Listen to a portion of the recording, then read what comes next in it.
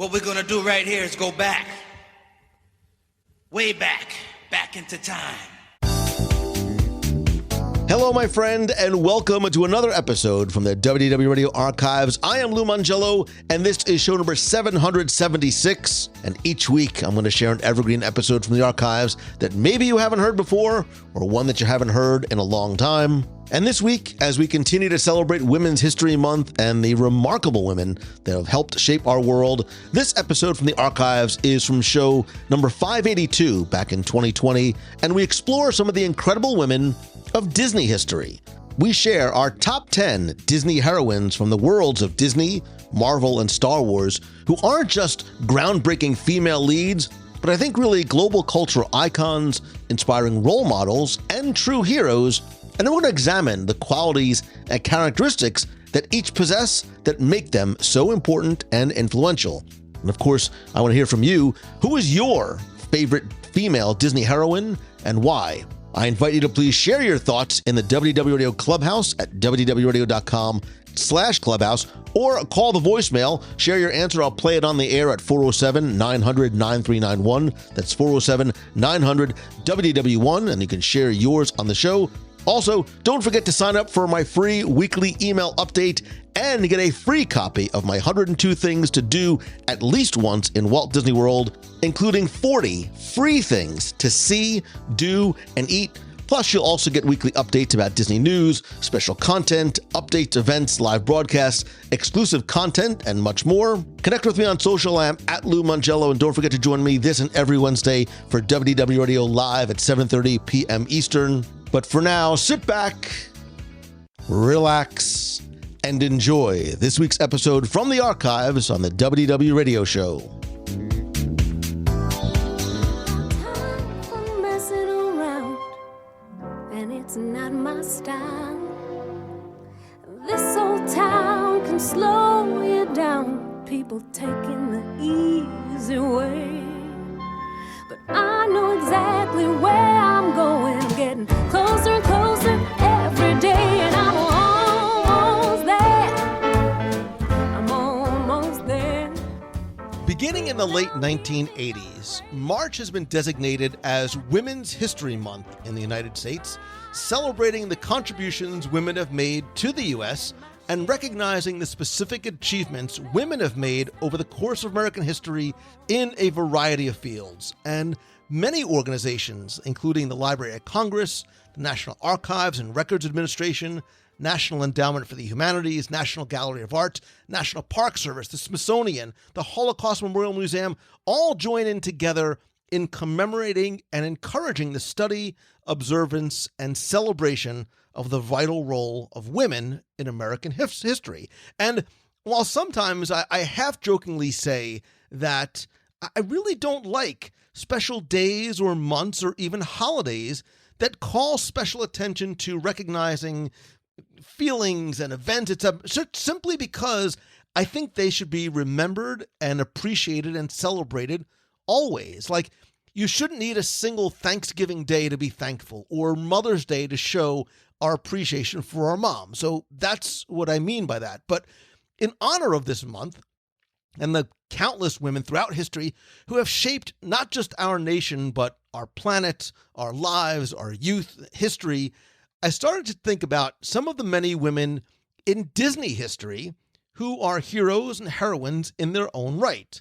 Because in its nearly 100 years of storytelling, Disney has featured movies and television shows and even attractions with groundbreaking female leads, which create literal global icons and, more importantly, I think, inspiring role models for children and adults alike, both girls and women, as well as men. And I think Disney helped to shape and redefine the role of women in cinema, proving that not only can they be more than secondary leads or damsel in distress characters that many were portrayed of in early fictional tales, Disney hasn't just pushed the envelope, but I think really has paved the way for storytellers that follow. So whether they be princesses or rabbits or lions or galactic heroes or literally the girl next door, they all possess and demonstrate these qualities of bravery and charity, selflessness, courage, and so much more. And they make us laugh. They make us cry because, yes, I'm a crier. They make us stand up and fight or just strive to be better. And they aren't just on-screen characters and dolls and costumes or plush toys. I think they really are cultural icons. And while there are many, this week we're going to look at our top 10-ish Disney heroines, because these are the true influencers of our generation and the ones to come. And when you hear top 10, you know that one of my favorite personal characters, in air quotes, is Tim Foster from Celebrations Magazine. Hey, buddy. It's good to see you. It's great to see you too. You look very nice today. Thank you. Thanks for having me. But I'm told we have a special surprise in store today. We do, because look, you can't have a show about influential Disney heroines without a heroine of our own. And I cannot speak to how a strong female character might impact me the same way it might impact another female. And I thought really long and hard about who else to invite to be part of this conversation. And there really was only one person at the top of my list. She's not only my personal hero, but she inspires me. She loves Disney. She grew up with Disney and her fair share of princesses and female heroines. But I also think she's also at just the right age, I think, to speak to how these characters both impacted her as a child and, more importantly, what it means now as she's growing, God help me, into an amazing woman and a personal superhero of mine. She is my daughter, Marion Rose Mongello. Hi. I don't know about a role model. You are. You inspire me, and I'm gonna save my mushy, gushy tears. There will be no mushy. There's gonna be so much, Marion. Listen, in case you haven't seen, I'm a crier. So, but I wanted you to be part of this conversation because I think you are sort of the perfect person to talk about it, because you're at this very interesting formative time in your life where you still have these memories and still sometimes cling to, that childlike love of the princesses. And I also think that you probably look at characters in movies and in stories and even on TV a little bit differently in terms of how they might influence you or how they might be role models. Do you find that when you consume content and you watch even Disney movies, for example, now, that the female characters or female heroes, whether it be, not to jump on anybody's list, whether it's a Captain Marvel or it's a Dory, the fact that they're a female character, do you sort of take anything from their portrayal or performance? Oh, yeah, absolutely. So when I would watch Disney movies in theater or even now at home, I definitely identify with some of the characters and the heroines, and I try to live up to even a fraction of what they were in the film. Yeah, and I think, like I said, Tim, the reason why I wanted to bring Marion on is because you and I can't speak to that. We probably don't look at characters that, not that I sort of identify or I look at a male versus female character any differently, but I think in terms of influence, I think we might probably have a different perspective than she or, another listener might as well. Well, it is interesting because if you asked me that same question, which you didn't, but I'm going to assume you did. That's what I'm doing right now. I am one of those who I've always been a huge, fan's not the right word, but a big proponent when there is a female lead hero character that's not secondary to the hero and doesn't need the prince to save them and all that. I've always applauded that for as long as I can remember, and that's just been getting more and more prominent in recent years, and I'm just so thrilled to see that going on and continuing in the whole movement and people talking about it, and not just the characters getting recognition, but the actresses getting recognition, directors, writers, whatever their roles are. and I might delve into a little bit of Disney history with that, but obviously I'm coming from, the guy perspective of this, but I've been a huge fan of all the recent developments and so forth. So. Yeah, and I think we'll end up touching on it. And again, I don't want to sort of mention anybody specifically, but even... Yeah, you took 3 of mine already. Well, but look, even... Because when I say Disney heroines, I mean, characters in the Disney universe, which means Disney and Star Wars and Marvel and Pixar. So look, even, that iconic scene at the end of Avengers Endgame when there's that... group shot of these incredibly strong, powerful women coming together, like everybody was moved. Men, women, boys, girls, cats, dogs, everybody sort of loved that, snapshot scene. But so I want to ask the two of you, again, I believe in ladies first. When I say heroine, what does that mean to you, Marion? Like when you hear heroine, what does that mean? How do you sort of define that? Not the the Merriam-Webster definition, but the Marion Mangello definition. Well, that's good. To me, I feel like it can mean a bunch of things. It could mean, obviously standing up for what you believe in, being hardworking, sacrificing something that you love. But I think just down to it, it's whatever it needs to be for you. So whatever, you yourself need to see in someone to identify with them and look up to them to get to your dreams or passions or whatever. I think it's definitely a self-defined, if that's the right word, sort of thing. Right. It's a very subjective definition. Each person is going to define heroine a little bit differently. So Tim, for you, I want to ask you the same question. When I say heroine, what appears in your mind's eye?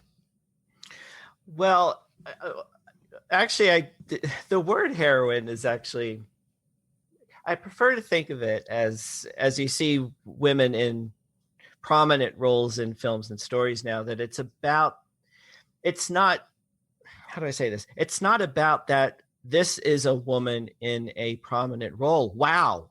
Look at that. How the idea that I embrace and I think is great is that we're getting to the point where you can have women in these roles, again, whether they're starring roles or part of the creative process or whatever, to the point where the fact that they are women, in this case, since we're talking about Women's Appreciation Month, or whether it's race or sexual orientation or whatever it is, that's not even a part of the equation anymore. It's yes, the character, this lead character, is a female, and in years past we might have gone, "Woo, how?" And you might have been on either side, like, "Oh, that can't be," or "Yes, yay," or But the fact that today you can more and more watch a movie and they're just who they are. This isn't man, woman, child, black, whatever it is, that we can erase that, so to speak. But then, but at the same time, still honor and respect it.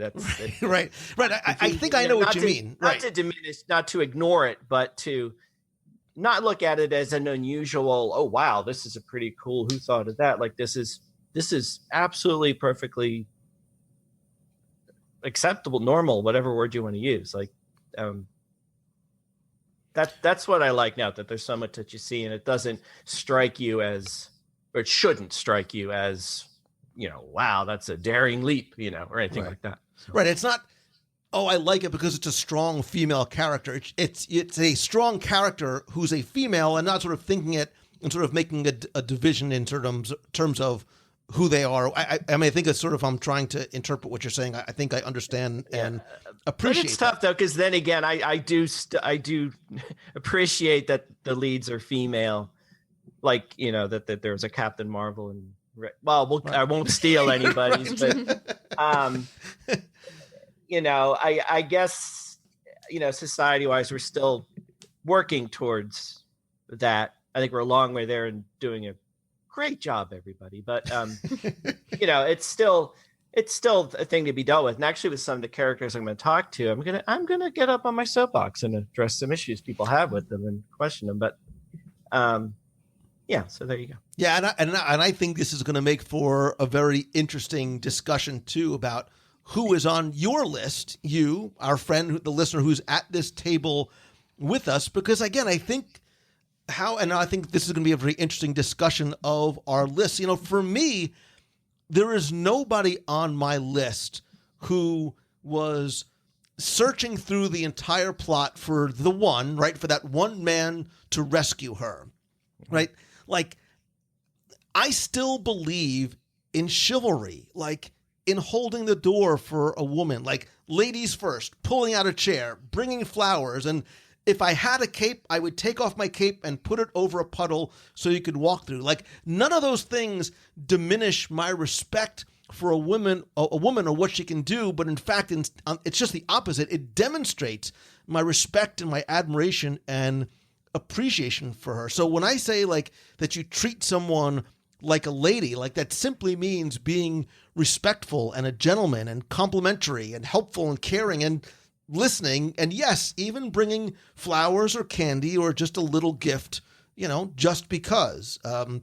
So I want to know who was on your list and why. Timmy Foster, I would normally let you go first. No. But I still believe, look, my dad raised me right. Chivalry is not dead. And I still believe in ladies first. So, Marion Mangello, we have not talked about this at all. I said to come up with a list of your top Disney heroines and why. So, in whatever order you feel compelled to share, please. Oh And gosh, by I the should way, say Lou and I why, have too. meticulously worked out our list to the end. I've been thinking about this so much. I was kind of nervous. Yeah, so they're my, whys are very brief because I want to get into it a little bit later. And I think we're going to share a lot of these, in common because these are just staple female roles that I feel like were so important. These are in no particular order. I have Tiana because she was definitely the first. Princess and the Frog was the first movie I ever saw in theaters. So it was very easy for me to sort of identify with her and her hardworking tendencies and her wanting to, always push boundaries and, never stop working because I'm definitely like that sometimes. My dad would say stubborn, but I am determined. Oh, yeah. You are very determined. Yes, we'll say determined. I think of it as, perseverance and determination. And I think it's so important for, a female figure. I have her. No, wait. We're going to talk about. There's a top 10 etiquette here. Yeah, so we're going to talk so about confused. them collectively. So you're going to go first and talk about yours, and then we'll have a discussion about it because I will tell you, Tiana was number one on my list. It was the very first name that I wrote down. But Tim, go ahead. I'm sure Tiana, was she or was she not on your list? Was not on my list. Who are you? Remember when we used to have Tim Foster come on? and now I'm embarrassed. But look, she was the first but one. only because I'm only allowed to have 3.5 now, or 3 1/3, or whatever it is. So. Well, but we always have overlap and honorable mentions. But when I thought of female heroine, without even hesitation, Tiana was the first one that came to mind because I think she demonstrates all the requisite qualities. Like for me as an entrepreneur, Tiana is the poster child for entrepreneurship, right? She knows the value of hard work and she's willing to work hard because that's the only way you should work to fight for and get what she wants, right? Even despite all of the naysayers and the obstacles. Look, entrepreneurs, you think you have it hard? She was turned into a frog and she's still, right? But she never lost that drive, that willingness, that determination, that dream of not just working at a restaurant, but owning her own restaurant, right? And the falling in love with the prince was not the primary or secondary. It was like the tertiary part of the story. Like it just happened to happen in the movie as well. So I love her determination. Look, and I have a feeling that she may be I'm thinking about this out loud. She may be one of the only like heroines that like she's got a real job. And she like, has many jobs. Right. She's a real person that has real problems and a real job, like, which I think makes her incredibly relatable. And she's not the one that needs saving. She's the one that saves others, right? She saves the prince and herself from Facilier. Like, she saves the other people. Friend. And it's her a friend. big friendship thing like that I feel like people ignore in the movie. Her best friend, they ultimately saved each other. I'm choked up already. Oh I my can't. God. I do. And I love, we watched Princess and the Frog like over and over and over again. Like, I literally remember picking you and Nicholas up from school when we lived in South Florida, and we listened to that soundtrack every single day on the way to 7-Eleven to get Slurpees. So, it was a difficult time in our life. Like, my dad, your grandfather was sick, and it hits me on a very personal, emotional level because of you, because of my dad, because of her as a real person, hardworking entrepreneur. I don't even think of her as a princess first. I think of her as this determined, hardworking character. That you're right. She's the one that saves everybody. Correct.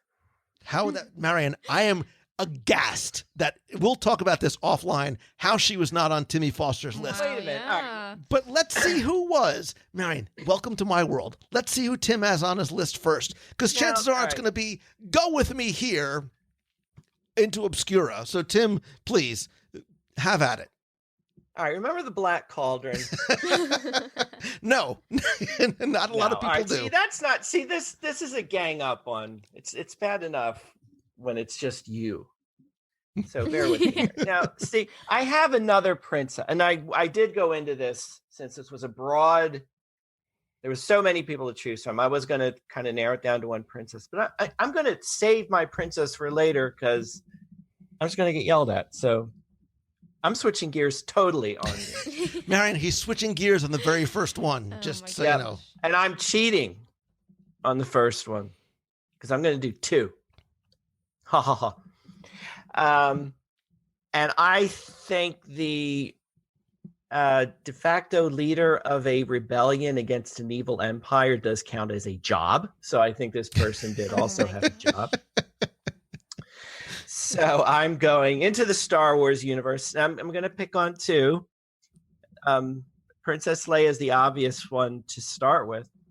And I think to me, what she embodied was, and this was so great because this was 1977. Let's not forget. See, we talked about there's so many movies now that have come out that are coming out where the women have lead roles and are heroines, and that's becoming commonplace and the norm, which is what it should be. But back in 1977, remember, this was still way out there. And the traditional princess role at that time, being more in Disney, was the damsel in distress, and I need a strong prince to save me and all of that stuff. And then here comes Princess Leia. And right away, she was, no nonsense. I know you two guys are here. You guys clearly have no idea what you're doing. From now on, you listen to me, and she was a character that was not just that placeholder damsel in distress character. She had personality. She had guts, bravery, everything you would want in a hero type of character. And she very much was that. And she carried that on through all the subsequent movies, of course. So to me, she will always be, well, what's the line? She'll always be royalty to me. But she very much embodied the hero. And again, I think because her role was so long ago, that at that time it really was groundbreaking and opened up the doors for a lot of heroines to come in the future in the Star Wars universe and others. And because I'm talking about Princess Leia, I do want to talk about Rey. See, Tim does this too. See? He does one and he lumps in Now- like three other ones as well. But all right, let's remember your father knocked out 5 in his opening before we even got to it. So this is what I have to do. This is why I have to come out with 27, even though I only need 3. I want to talk about Ray because I am going to get up a little bit on my soapbox, and I'm curious what you guys think about this. Because again, I love Ray as a character for a lot of the same reasons you love Princess Leia, that she's strong and brave and has a history of longing and needing, like she has a tragic backstory of not knowing where her parents are. She needs to find them. She's thrust into this world that she knows nothing about. Despite all that, she's out of everybody. She exhibits the most bravery, the most fearlessness, the most conviction to what she needs. But I know at the time, and I don't know if this was I'm kind of getting your opinion, whether you think this is for real or this is for today. There still is a backlash to a female lead character at times. And there was a lot of talk at the time, and even still today, of Ray being what they called, and I'd never heard this term before then, but a Mary Sue character, which for those who don't know what that means, it means a character who comes out of nowhere with these insane abilities that they should by no rights have. And they're already possessed of all the skills and everything necessary, which, and it makes no sense. And I think that the original term came from a Star Trek episode of all things, to be related. And a lot of people labeled her as such because, at least in the first film, she had all these force powers and everything that she should by no rights have. She wasn't trained. She had no knowledge of it. Like, how could she be so powerful? Because she had a really high midichlorian count. That's why. There you go. And I bristled at that when I heard it, because to me it was like, well, nobody was complaining about Luke in Star Wars. Same thing. I mean, he had a little bit of training, but the guy shoots the Death Star in one shot he'd never flown an X-wing fighter before. But it was kind of the stereotypical. It was fine if it was a guy, but if it was a woman who exhibited these powers and abilities and bravery and independence and everything else, that a lot of people didn't look at that as a good thing. They looked at it as somehow a bad thing. I don't know, and called it, tagged it with this Mary Sue character. Captain Marvel got a lot of that same backlash, which again, I didn't agree with, and I still don't agree with. So to me, Rey is just a very strong, well thought out, great character in the Star Wars universe. I admire her and everything else, but I'm curious what you guys think about that whole concept of that heroine character kind of working backwards to people who I think are maybe kind of ignorant in that respect and can't see it for this is just the way it is now. This isn't, the people who think women have their place or whatever it is. So, Marion, I'm curious as to your thoughts, because you sort of are a relative. I don't think I saw such a reaction to a Star Wars film, as I did the recent Rise of Skywalker. Like, you came out, you loved it, you asked to see it again, which you hadn't necessarily done on earlier films. Tell us your thoughts on both Leia as well as Rey. So I'm not saying I'm not a Star Wars fan. I'm just not very invested in the Star Wars universe, I guess. So originally, I hadn't watched the films really a lot. Wait, what's going on in that household, Lou? That's all right. Remember, when she was born, we're talking about episode 1, 2, and 3, so it's understandable. All right, okay. Yeah. I forget. That's right. Yeah, no, I haven't watched the original. I don't know how many are. A few. But the more recent ones, I have watched, and I really, really, really, really enjoyed the most recent one. And I actually really liked Rey in that movie, and I thought that, that ending moment was so special and spectacular, and I definitely looked up to her, and I think all the girls, at least my age or even younger or older, could definitely relate because, I mean, that was a huge, I'm not going to spoil it because, that was a huge thing that happened. And I was so excited and I really, really liked it a lot. But with Leia, I never, I guess, got into that time era of movies. So yeah, from a not super invested fan, I'm definitely more of a Rey than a Leia, I guess you could say. So I struggled with this, with both characters. No, not only dear. because I struggled with both because my first inclination was to put both of them on my list. And then as I started to add to my list and sort of brain dump, they were getting pushed farther and farther down. Look, I grew up with the original trilogy. I loved the characters and I loved Leia's arc, even from the first three movies. And then obviously, bringing her back and her position later on. Rey was interesting to me. And it's interesting sort of that how you put that perception of her, sort of coming from nothing, having these powers, but that's sort of what Jedis do, right? You're not sort of chosen to be a Jedi. You have those powers and need to be sort of worthy to be trained, which obviously she was. I think they both are deserving to be on the list for different reasons. I don't diminish what either of them have done as characters or as heroines in any way, shape, or form. And I have a feeling that there's a lot of younger girls who are Star Wars fans who probably put Rey very, very high on their list. Yeah, Rey was on my list. She was one of the first that I had on there. I didn't have Leia, again, because I'm not very invested, and she wasn't a big part of the movies that I've seen.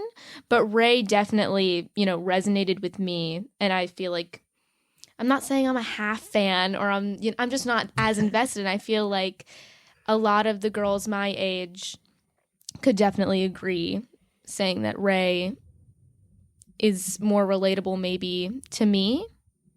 I don't know. And I think they're both iconic. Like, I think they definitely are absolutely iconic. If you think about strong female characters from cinematic history, I think they're both in the conversation. And again, it might be a generational type of thing as well. So don't let the fact that they were not on my list or sort of mental honorable mentions, but don't let the fact that they did not make my top 10-ish list take anything away from who they are as characters. I really tried to think long and hard and deep and even a little bit out of the box in terms of my definition of heroine. And I will tell you that the next one on my list might be a I don't want to say it's a go with me here, Tim, but it might be a shock because I feel like you're going to steal one of mine because I had a few. Well, I hope so, right? Because look, you hope so. That's because great. I think sometimes, like, let's sort of backpedal for a second. You start thinking Disney heroines, you think Disney princess, you start to think of the classics. And I'm not saying whether they are or not on the list is not, but I also wanted to think in terms of more modern storytelling and more modern and new characters that have been introduced. And the one that's next on my list was arguably not necessarily, she was not the titular character of the movie, but at one point she was a princess, although that's probably not how you perceive her, right? Because her role, her attitude, her character changes and develops from when we see her as she's introduced to when we see her at the conclusion of the film and in the sequel to follow. So I present to you, my friends, one Vanellope von Schweetz. Ah, come on. Yes. Really? Do you have a camera this in my coming. room? Dude, thankfully, I do not have a camera in your room. Wow. Yeah. So, but Tim, this is the beauty, right? So I'm happy that we're in alignment in this because I was waiting for you guys to be like, what the Vanellope? I almost went with her first, but I wanted to, before anyone stole my Star Wars, I wanted to get that. Right, so we know her story, right? She was the in-game princess of the Sugar Rush world, and then Turbo hijacks the game and he turns himself into King Candy because I just want to do God, the. don't do the voice, Wow, please. that was great. Thank you. It gets worse the more he does it. But now I'm going to just keep doing it because I love him so very much. Don't. But wait, I got to give you some lines. I want to hear you say them. Okay, go ahead. No. Please. No. But think about Here's some her journey, protesting going on. right? She was because through no fault of her own, she was tormented. She was ostracized by the other characters and the other racers and taffeta mutton fudge, right? So she had to sort of, escape, because she was like this glitch, she had to sort of escape on her own and sort of leave the game and sort of leave the people who were tormenting her, but by the same token also finds within her this unique ability to not just glitch, but to teleport, right? She sort of gets this superpower that she eventually gains control over. But I love the fact that she is so energetic and there's such a childlike innocence to her, and I love the way she just sort of savors life and just makes sweet lemonade out of all the lemons that she was given as a result of the bullying. And look, I think little girls, little boys, look, I was bullied as a kid, so I get it. I don't care if she's a female, male character, that resonated with me. But through all that, she's still able to see the goodness in people because of the relationship and the friendship that she has with Ralph. Again, she's demonstrating qualities of, forgiveness, right? She forgives Ralph, throughout the movie. She ends up forgiving all the people who were being so mean to her. But the entire time, again, she's demonstrating these characteristics of determination and strong will. And through all the bad stuff she's such a loving character, right? She was told all these things that she could not do. You can't be a racer. Don't tell me what I can't do. She was told she couldn't race, but she took a chance and she followed her dream. And, when the opportunity came her way, she was able to make the most out of it. And I just love that combination of the sense of humor and the attitude and the determination. And look, she didn't want to be known as a princess. That's not, and I love that about her, because little girls throughout history, right, you were, not that you were taught, but you always wanted to be a princess. You dressed like a princess. Vanellope sort of broke the mold and said, you don't need to be a princess to be a hero, to have success. And no matter what situation you start out from or the hand you are dealt, you are able through, hard work and friendship and all those other qualities to, she became the thing that she always dreamed she could do. And that's why she was a very, very close number 2 on my list. Tim? Well, clearly I waved the Vanellope von Schweetz flag very, very hard. What? I waved the Vanellope von Schweetz flag very, very hard. There's not much to say. No, I love Vanellope to death. She was definitely on my list. I will add, you said it all. You said it all greatly. I think one thing you can add to her, which I think is a great testament to any character or person in real life.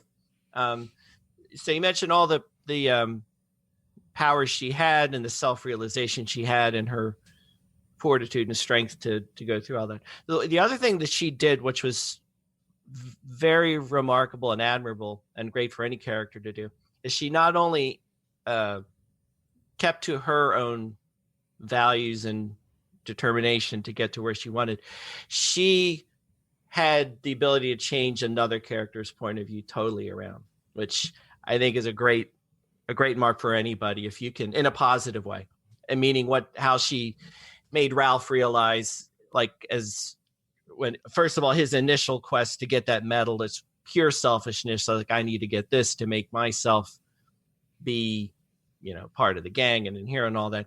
By the end of the movie, he realized that's not what the true meaning of everything was about. It wasn't about him getting that medal. It was about the friendship, and it was about his relationships with people and how he was as a person on the inside and how he related with people directly, in this case, Vanellope. And she made him see that and realize that it wasn't all about that. And I can be bad, and that's good, or whatever the quote is.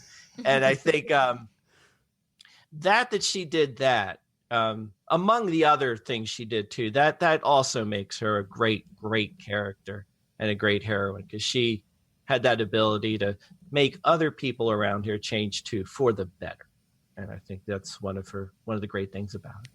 Marion, thoughts on feel better about thoughts on Miss Schweetz, von Schweetz? Oh my God, Miss King Schweetz. Candy. Stop, please. Please do more. Do more. No, you don't understand. What if I did the entire rest of the show? How about you should as not? King Okay, Candy? I'm cutting you off. Alan Tudyk, I love you so much. I remember when the movie came out, we went to the Disney store and they came out with these little scented, like, plushy versions of the racers, and I had to have all of them. I had all of them. There were like You're 13. welcome. Thank you. You're Do I know where they are You're now? welcome. Probably in somebody else's house who's enjoying them much more. Wait, than they're up I on the do. shelf. I can see them behind you. It's up. All 13. No, yeah, there were a lot. And I also had the little talking Vanellope and whatever. So I definitely looked up to Vanellope, and I definitely I saw myself in her, because she was very, spunky, and she, made jokes about people, which I get reprimanded on a lot. But no, she definitely, I feel like you said it very well. Good job. You get complimented once. And Wait, yeah, him no. or me? my father. No, you did great. Tim. Great. Thanks, buddy. But yeah, I definitely see her, being a super big role model to girls, young and old, because again, she did really break the mold, which I find is super important. I mean, Disney's doing that more and more, but it's definitely important to have, those non-princess figures for girls to look up to. Excellent. Can you can tell me? Can you get away with calling your dad Major Body Odor? Are you allowed to do that? Because you should. I mean, for the king Candy, I can't even do it. That's payback. You should. He does it. Au so much, revoir, Admiral Underpants. You should. Oh my God. Okay. You've done Turbo. Stop. Sorry. No, we're done. Okay. Okay. Can I go to my next one? Please. Wait, your turn. Please stop Okay. the Yes. insanity. Thank you. Okay, so my next one is Marvel. And she's probably one of my favorites out of Don't take her. all Don't the take Marvel- her. Don't take her. Oh no, there are two. I'm going with my personal favorite. But I put Gamora. Yes. Yes. Because Guardians is one of my favorite Marvel movies, ever. Hysterical, amazing, perfect, whatever. But she definitely started out as a villain, and then she redeemed herself, and then it was all spectacular and amazing. But I just think she's super cool and edgy and spunky, and yeah, she definitely, I'm going to let you say all the fancy words, but yeah, there you go. Tim, was she the one that was on your list? No, that's why I went woohoo, because it wasn't one of my Marvel. Oh, she almost was though, and it's so. We'll get to this later. Why it was so hard to pick, but Yeah, she was one. I had her on, I had her off. I put her in honorable mentions. She was one of the ones that came to mind first, because again, it's not where you start out from, it's how you end up. You want to talk about somebody that's got daddy issues? Whew! All of a sudden, my God. all of a sudden, my Gamora. King Candy impression is not the worst thing ever, because I'm not trying to snap out half of all life. It's still the worst thing ever. I'm not so sure. But I've heard worse, believe me. yeah, wait till Tim starts doing his impressions. But Wow. her love of her sister is unwavering, right? They fight literally and figuratively. They battle on many different levels. And she never gives up on trying to make her understand that, not even related by blood, she loves her as sisters should, right? To fight not just a common enemy, but for the benefit, literally, of the entire universe. Her story arc in terms of, again, going from that villain to a good person, right? It's sort of that and you can sort of watch it happen. There's these seminal moments in some of the films as it happens. Again, I think we can eliminate the spoiler alert in terms of what happens to her, at the end of the film, and in terms of making the ultimate sacrifices, when needed, whether they were voluntary or not. So yeah, Gamora almost was on the list, and I have a feeling, guys, that she is very high on the lists of some of the people who are listening. But Tim, who is next on yours? Wait, but I thought Marion had another Marvel character. Yes, and which it you very can much throw goes in right hand now, in hand. Because it's now see, I'm afraid because I'm going Marvel, and now I'm afraid you are going to take one of mine. It is so very much. wait. So Tim, you go, and if it happens to be Marion's, because I have two. I have two too. 3. Well, this is where you have to roll the dice. No, she can take one because I got like 3 of them, 4 of them on my list. So I mean, I had 2 Wait, more. we're going out of order. How are you doing 2? It's not your show anymore. It's This chaos. I'm taking over now. This is my episode. Yeah. Thank you. Remember when Marion wasn't 16? Wait, could. So But Tim, you can't just do the one and not the one that goes with her. Thank you. Oh, Period. the one that goes with her? Nebula. You can't have Gamora. They're a bond that cannot be broken. Wow. They sacrifice, each other's. They tried to sacrifice each other's lives for each other and whatever, but yeah, Nebula is definitely on my list, and she goes, I think, hand in hand with Gamora. They are sisters, and I think I think Nebula also had that redeeming moment. She started out real evil, like really bad, and then she had her redeeming moment too. So I think she is just as much on my list as Gamora is. Wow. She shot herself for the betterment. I mean, really, But she tried. She was very. No, I mean, Dude, she was a very conflicted. There was a lot of conflict going on internally in Nebula. There was, but don't we all have some internal conflicts? Without a doubt. So Tim, tell me. So she was on your list? No. Oh. That was another. Woohoo! I still got all 4 of mine left on my list to go. Don't worry, still have I one won't. more, but it's fine. Well, yeah, I mean, I think, I think she certainly, she qualifies again because her role and character in the MCU may have had one of the wildest story arcs. And while she might not have the same emotional gravitas as Tony or Cap or some of the others, she goes through this transformation from villain to a very sort of complicated. She's not even a hero. She's like an anti-hero almost, but it's in a satisfying type of way. Out of love for her sisterly bonds. It's like Anna and Elsa. Right, but there was not the inherent conflict between Anna and Elsa. Anna was never sort of trying to supplant Elsa's role as the would-be, queen. She was instead incredibly subversive. I don't remember the scene in Frozen where they tried killing each other. It's dark and twisty, Anna and Elsa.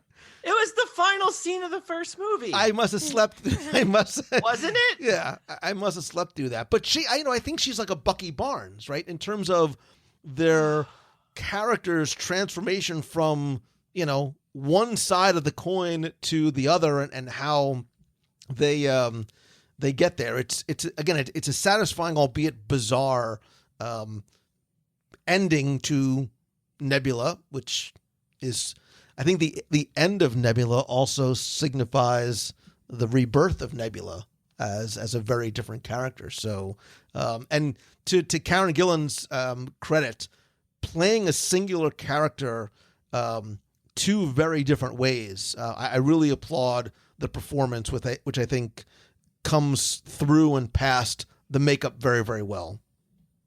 Yeah, 20 hours of makeup. Probably. Yeah, I've seen the timeline. What about Mantis? No? I love Mantis. She's good too. Not on my list. I love that she had, I swear she had one line in Endgame. Probably Yeah, a something lot of like them that. did. A lot of them did too. Knives! Yes!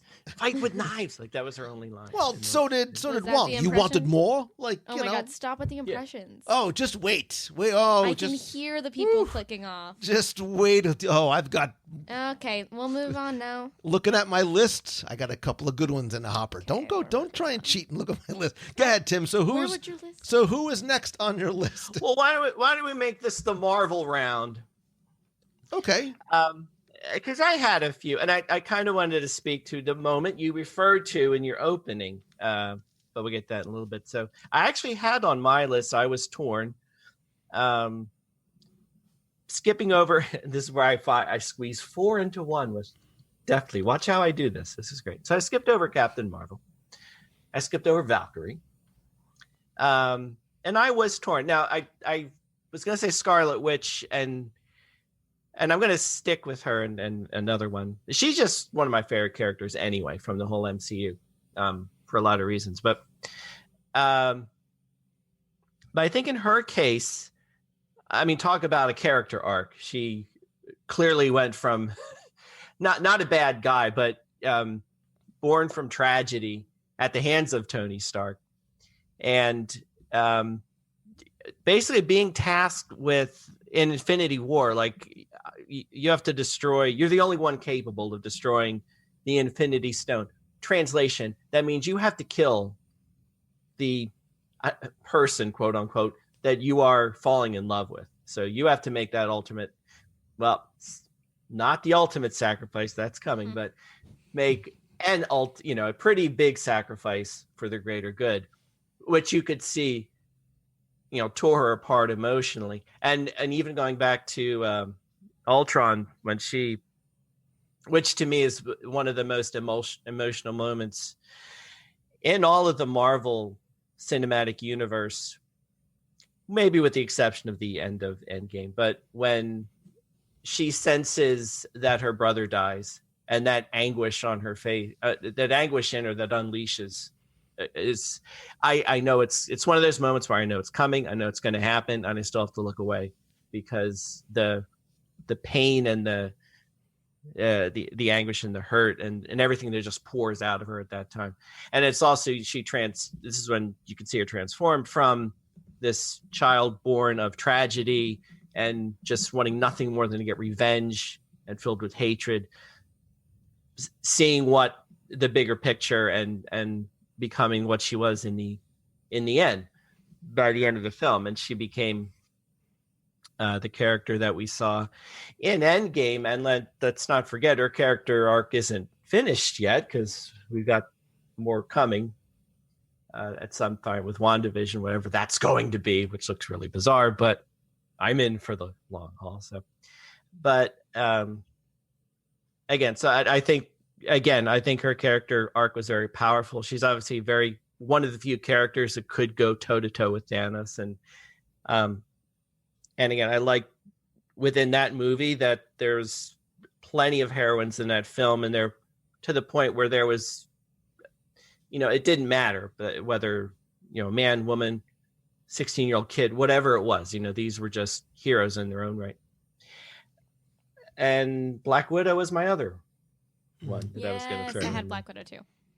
Yeah, and for obvious reasons, but this was hard, and I did think about this one was a hard one to think about because you talk about a character arc of going from really, really bad, and this is when I want to pull out my Loki impression, but I won't.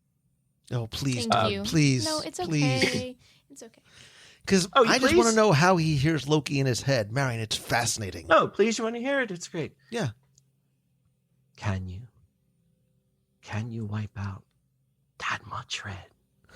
The hospital fire, Dracov's daughter. Barton told me everything. You think saving a man no more virtuous than yourself will change all of this? This is sentiment. This is a child. This is not, I say that's enough. Wow, that's just that was fantastic. Fantastic. That was great.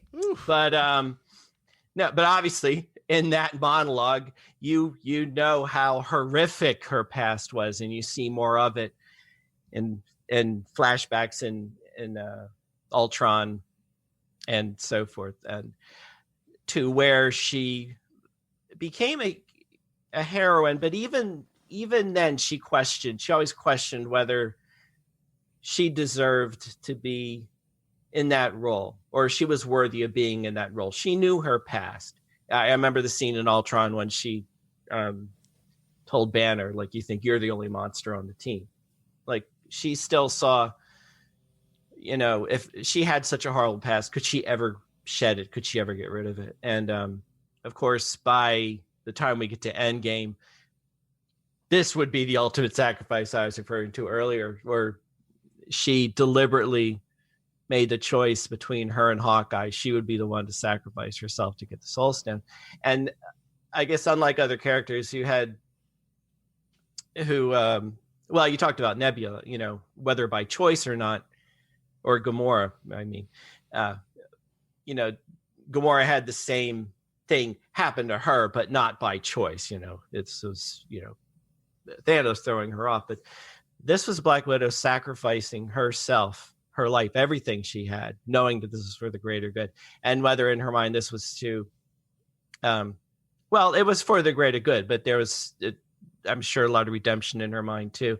And keep in mind, she's choosing between herself and Hawkeye, who had his own reasons for being the one to sacrifice himself, the way his character art went. But he has, he had a family and everything else that she thought was more important. But, again, whatever her reasons were, coming from that past to making that ultimate sacrifice, I think she goes down as a heroine, but she's got a past. So you take that along with it.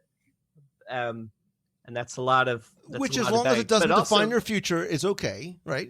Right. And it's, but it's clear, I guess. It's hard. Like some of the characters talk about had a rough past. This was a rough past, and we're going to find out more about it probably. You and I remember Budapest very differently.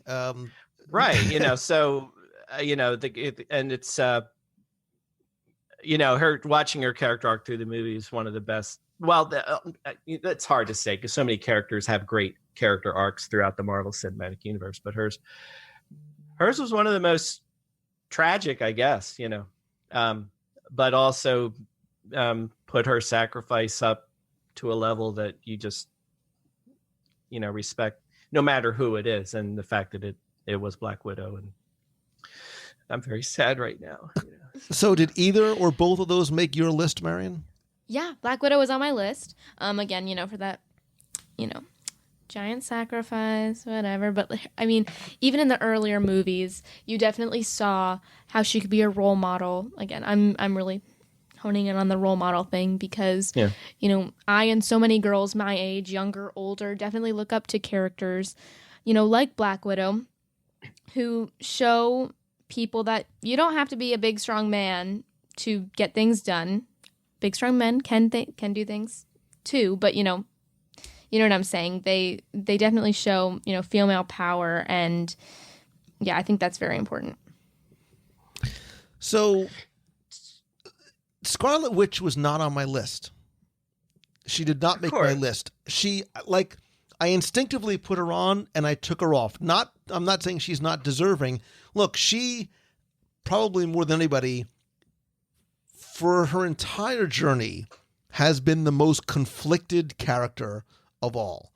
And she went on my list initially simply because of self-sacrifice, right? So she sacrificed her childhood, whether it was, and we'll see when Black Widow comes out, that story, not to spoil it for anybody who hasn't read the comics and how it may differ from that. But she sacrificed her childhood and growing up, which was not sort of the typical life of a child, and she sacrificed her relationships, right? Clearly her relationship with Bruce Banner, by choice and not by choice, had to dramatically change. There may or may not have been some sort of love interest with Captain America, which she may have had to push those feelings aside. And obviously, the ultimate sacrifice was made, but she didn't make my list. Now, Scarlet Witch did. And for some reason, Wanda Maximoff was the first one that I put on.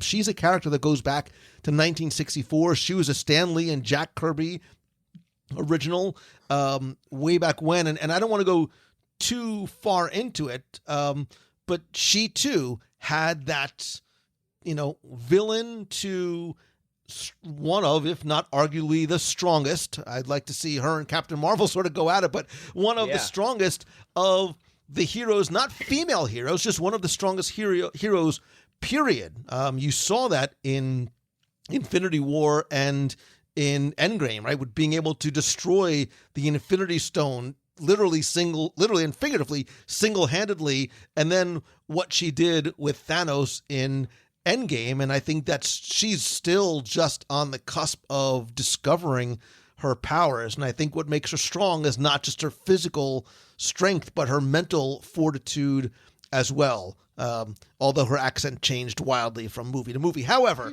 that's because she was undercover. The one that didn't make my list, I'm not saying like it was number 1 or number 2, was I put Shuri on my list.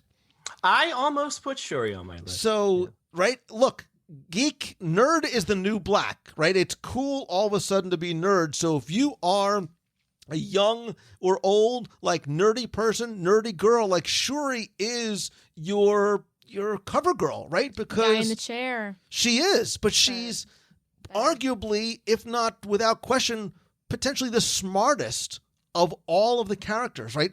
She's responsible for so much of the advanced technology, not just for T'Challa and Black Panther, but all of Wakanda. She's a fantastic fighter. She's skilled. She's funny. She's edgy. She's smart, right? Look, she was the one who was responsible for deprogramming Winter Soldier, right? She got all of the Hydra stuff out of Bucky Barnes, and who knows what she was doing or ended up doing with Vision. So I like Shuri a lot. There was something about her that I sort of dug. And again, it goes to family, like, her love, and, she's a lot like Marion. She could be a little edgy, but when her mom tells her to cool it, she's like, yes, mother. But her love for her brother and that emotion that comes out in Black Panther, you really saw. Now, that being said, hold on. First of all, cheap shot there, Marion. I'm sorry. Cheap shot to what? You just told me I'm yes, mother. Right, you're Anything very for smart, you. like Yeah, Shuri. You're sharp tongue sometimes. Right? She's giving me the look. You did it literally again. right So you did it without knowing it. I apologize, Marion. I'm- This corset is very, very tight. Can we get to move on and wrap this up? Oh, How's that? oh my. That How was was a that? Shuri impression, Marion. All of a sudden, King Candy that? sounds Oh my wonderful. god, I don't like either of them. My god. What? I don't like either I'm of them. sorry. So I'm sorry. I am going to give you what I It's your turn, believe isn't it? is, for me personally, this is not a go with me here. This to me is one of the greatest heroines in the Marvel Cinematic Universe and the Marvel Universe as a whole, right? Because it transcends just what you see on film and in the MCU films, because she's been in other films. She's been in countless iterations of the comic books, but she is a heroine and she has no superpowers. I'm really stumped who you're talking about. Yeah, I don't know who you're talking Good. about. I'm trying to look around your room at all of your Because toys. I think one of the most important, relatable, I know who it is. and I know who it is. special I know who it is. I know. Can I guess? characters. Can I guess? No, Come on, let me Can I deliver. guess, please? Give Go me this ahead. moment. May. Give It's me- Aunt May. I knew it. Oh, Because you looked around. Because I looked around and I saw Spider-Man. I'm like, Without a I know doubt. That's it. not. You know. Without a Spider-Man. doubt. She All right. is Peter Parker. Look, we love Spider-Man because we love Peter Parker, right? The relatable teenager. That's why so many of us love Spider-Man, and specifically Tom Holland's portrayal is masterful. It's Don't we amazing. this. This is I'm- all about oh, you kid, and I'm your bringing love you for- in. But Yeah. Aunt May is smart, and she's tough, and she is grounding, and she's both maternal and paternal, all at the same time. Her number one priority, without question and without compromise, is Peter. She never, in any iteration, like, again, I'm not going to go into some of the wacky sort of what if Marvel, but in any of the Spider-Mans, Amazing Spider-Mans, Marvel Cinematic Universe Spider-Mans, she always worries and puts Peter first, never herself. And I think in Spider-Man 2, this is pre-MCU, I think she has a great quote, and Rosemary Harris was sort of the more comic book-like version of Aunt May, although clearly I love the Marissa Tomei version, which was very different for a lot of people. But she has this wonderful monologue about how we need a hero and courageous, sacrificing people, setting examples for all of us. And everybody loves a hero, and they line up for him, and they cheer for him, and they scream their names. And years later, they talk about how they stood in the rain for hours just to get a glimpse of the one who told them to hold on for a second longer. And this is the important part. She says, I believe there's a hero in all of us that keeps us honest, gives us strength, and makes us noble. And finally, gets us to die with pride, even though sometimes we have to be steady and give up the thing we want most, even our dreams. Aunt May is a hero. That's Aunt May. She gave up everything and did everything for Peter Parker, right? Who was, she's Aunt May. It's not Peter's. She's not Peter's mother. The raising of Peter was sort of thrust upon him when Peter's parents died. And all the films and all the comics give us slightly different versions of Aunt May, right? There's one where, Peter doesn't live with Aunt May. There's another one in the MCU where he does live with Marissa Tomei, and she's much more involved in his life. And one of the reasons why I like that version is that she is an involved parental figure, which is, I think, what May should be. And I love the fact that she is not necessarily the maternal, paternal adult in the house, but Peter can talk to May, right? She can talk with Peter. Like, she says, don't give me any of this nonsense. Like, I know where you were. I know what you did. Like, talk to me.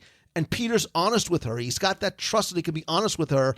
And she doesn't freak out and yell. Marion, I'm looking at you. If you be honest, I'll never freak out and yell. I've told you that forever, right? You maybe freaked out But a few times. she's funny. And even when she knows his identity, her singular role is to love and protect Peter. And just as a very, very nerdy quick aside, she actually was a superhero in her own comic.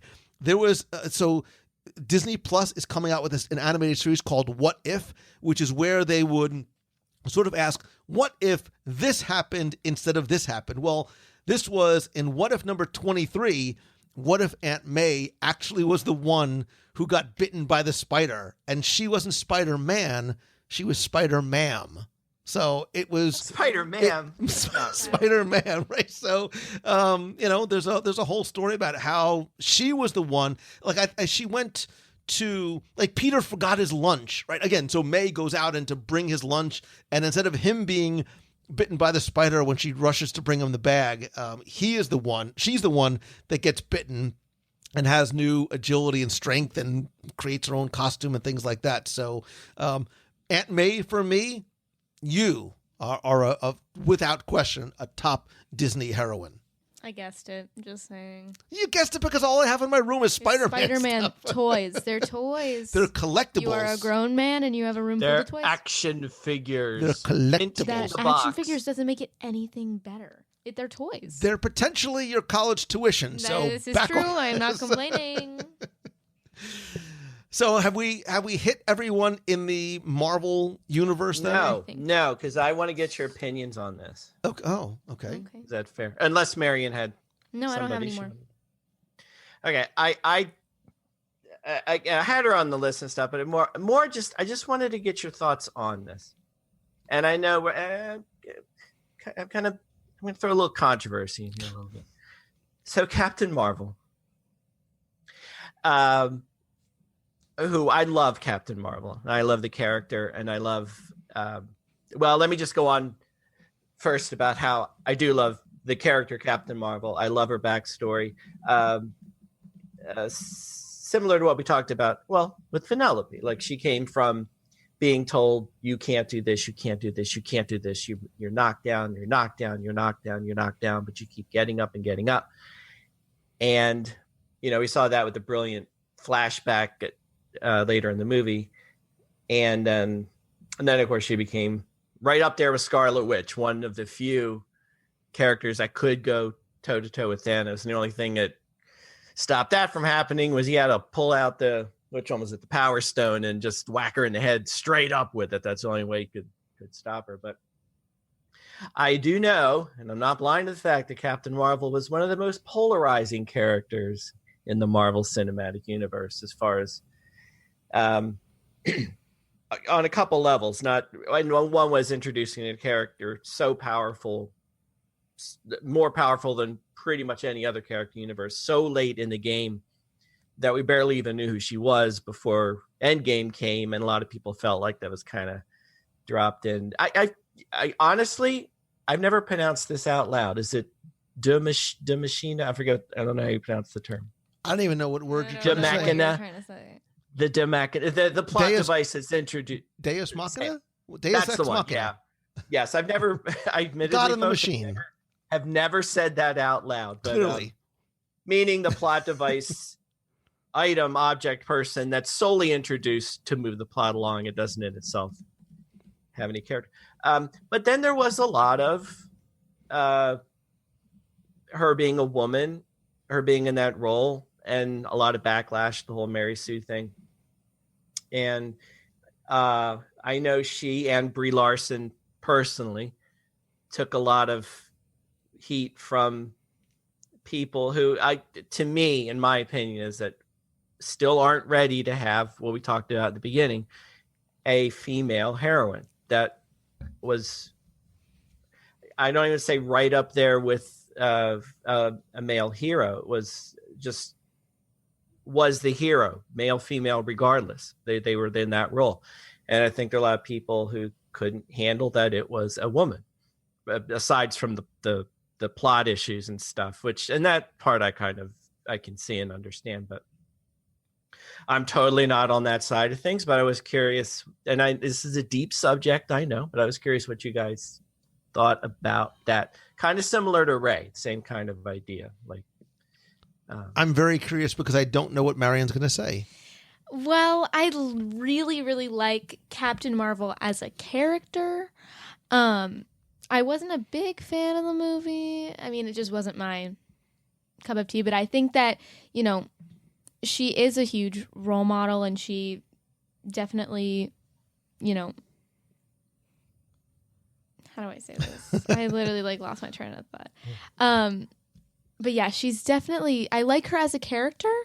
And I think it was really important to have, I don't think Marvel had a, female hero movie, which I think it needed.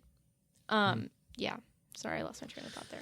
So I think there's multiple parts, and we can do an analysis of the film. Yeah. And I didn't mean to make this a real deep topic, because I think it's interesting. It's important. Because I saw Captain Marvel twice in theaters, and both times as the lights came up, I went with groups of people. There was one side, and I was specifically looking to females that were like, I love this movie. It's my favorite MCU movie, like hands down, no question. And there was another group that said, I hated this movie in every single part of it. I feel like you're definitely like, I love it, or... And I think there was a lot. don't. And I think, because and when I say that there's two parts, there's Carol Danvers, Captain Marvel, the character. She's brave, and she's virtuous, and she's incredibly strong and powerful, and she is a force to be reckoned with.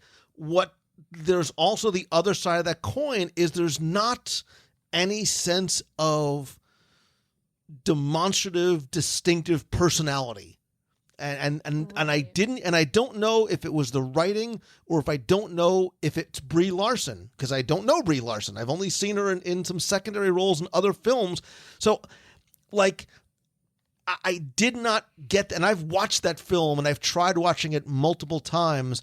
And while I think the film itself is an absolutely milestone film for a lot of reasons, much the same way as Black Panther was in terms of MCU and how it resonated with different audiences for different ways. The film itself didn't. It's not super high on my list of MCU films, and I think it's not necessarily because of the character. It's the portrayal of it. I didn't get, even in Endgame, like I wanted more emotion from her, and and maybe it's by design. Maybe there is a longer arc that we are sort of in the first act of, and I hope that's the case, because she's a kick-butt character, and she's obviously going to be a force to be reckoned with throughout the MCU as we go into Phase 4, but I wish I loved Carol Danvers, Brie Larson more than I do. And that's hard for me to say because I wanted to love that character and the film and her more than I currently do. That was what I was trying to say. Those were the words. Thank you. That was it. And she's also, the film too, just as a quick aside from the actual story, she had a very confusing, very labyrinthine backstory, which was sort of thrust upon us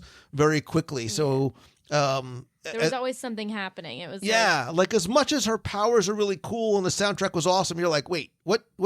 Like you're trying to piece together things, but we'll see how this progresses going forward into Phase 4 of the MCU. So no, Tim, I'm happy you brought it up because I did not have Captain Marvel on my list, obviously, and I think if we did not mention her, I think we would have been doing a disservice, and there'd be people screaming at their, not that anybody has an iPod, but they'd be screaming at their iPods why she's not on the list.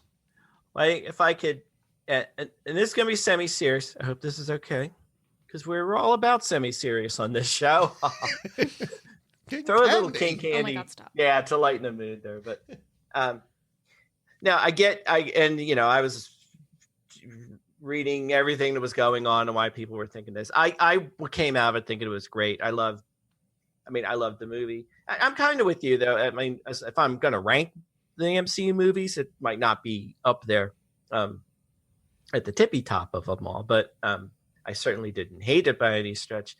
I think the plot, but to me, there's two parts to this, and one is the whole plot movie, all the stuff you talked about, and I think a lot of that suffered from, if you're one that thought it suffered from that it came very quickly, it came out of nowhere, it came between Infinity War and Endgame, and it was, and I can see, and I kind of agree with the thought that it was kind of jammed in there, like out of nowhere, especially if you didn't follow the comic books or anything. Here's this all-powerful superhero that, or where did this come from? And we needed an answer between the two movies, how we're going to win. And I think a lot of people felt kind of duped that, we went through 21, 22 movies. We get to this, and you're going to tell me the answer was this new character we're going to plop in right now. That's what I was referring to with the duex, however you say that. But, and I think because it was rushed in and, I think they filmed Endgame as far as Brie Larson was concerned while they were filming Captain Marvel or even before. So she didn't even know her origin story when she was filming Endgame. That's how rushed all of this was. So yeah, some of what you said, the writing, the production, the quickly as they put it together had a lot to do with that. But But there was a lot of backlash to Brie Larson too, and the female component of it, that she was a female. Like if Captain Marvel was a male character, you still would have had plot complaints and stuff similar to what we have. It has now. nothing to do with her being a female character at all. Oh yeah, No, but I think there were a lot of people that did have issue with that, and I think what we're talking about is, you know, who our favorite Disney heroines are, and I think we've all talked about how far that has come. You know, that women can have these roles, and it's I want to say acceptable. That's not the word I'm trying to find, but you know what I mean, as opposed to 50 years ago or 60 years ago. And the thing that it just bothered me on a personal level with Captain Marvel and with Star Wars, that there were still people that just can't on face value accept that there's a superhero movie and the lead is a woman, you know. And even Wonder Woman, I think, got not as bad, but I think it got its share of backlash too for that reason. Not as much though, because more people knew Wonder Woman, I guess. But that's all. Just I'm up on my little Timmy Foster soapbox saying I hear it, I don't like it, I'm not about that, and I don't want it to be like that. But I think it has nothing to do with it being a female superhero, right? Look, you want to sit down and have a conversation about the Incredible Hulk and Thor: The Dark World, I'm more than happy to let you know some of the issues that I have with those films. Not everyone is going to be the best, and Captain Marvel, unfortunately, I think just fell flat for some people. I'm just saying there is a separation between, there's a definite movie part of the discussion.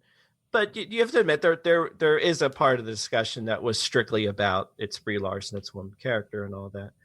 And I know that's not what you were saying, and I'm not saying that is what you were saying. I'm just saying that component was out there when the movie was out, and there was a lot of that floating around.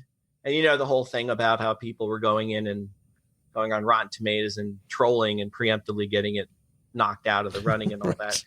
A whole story, there's a whole story to that, and I guess the bottom line to me is it kind of still speaks to we've come a really long way as a society in that regard, but we still have a little way to go. But I'm for one, I love Goose the cat. Maybe I was just about to say that. I was like, is Goose a heroine? Is Goose a girl? Is Goose a boy? She would have been on the list if she was a girl. Ooh. No, I think he is referred to as a he. What was Goose the Cat's? What was Goose the Cat's name in the comic books that they changed for the film? Isn't it the Flurkin? A Flurkin? You know what? That's going to be this week's trivia question. Oh my gosh! No, but see, that's not a Disney trivia question. That's not fair. Of course it is. And no, it is. No, it is. Wait, but what was it? Oh, you're not going to tell us. I'm not going to tell you because look, Google it. It's very simple, and it's actually very interesting. You just told them to fascinating. Google your questions. They can Google because I want them to learn and be like, wow, that's really cool. I didn't know that. For that, like a prize or something. You can learn by disseminating knowledge from your position as a whatever. Now you're making us do homework. You know what? Never mind. I'll tell you at the very end of the show.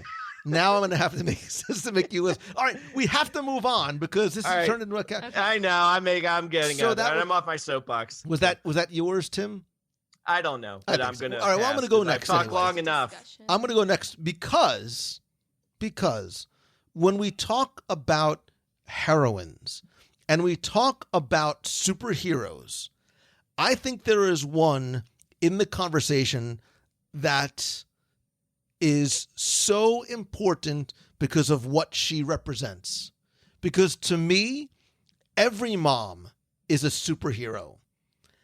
Whether you are a homemaker, you care for your children, you're a teacher, you're a rock of the family, etc., etc., etc., etc.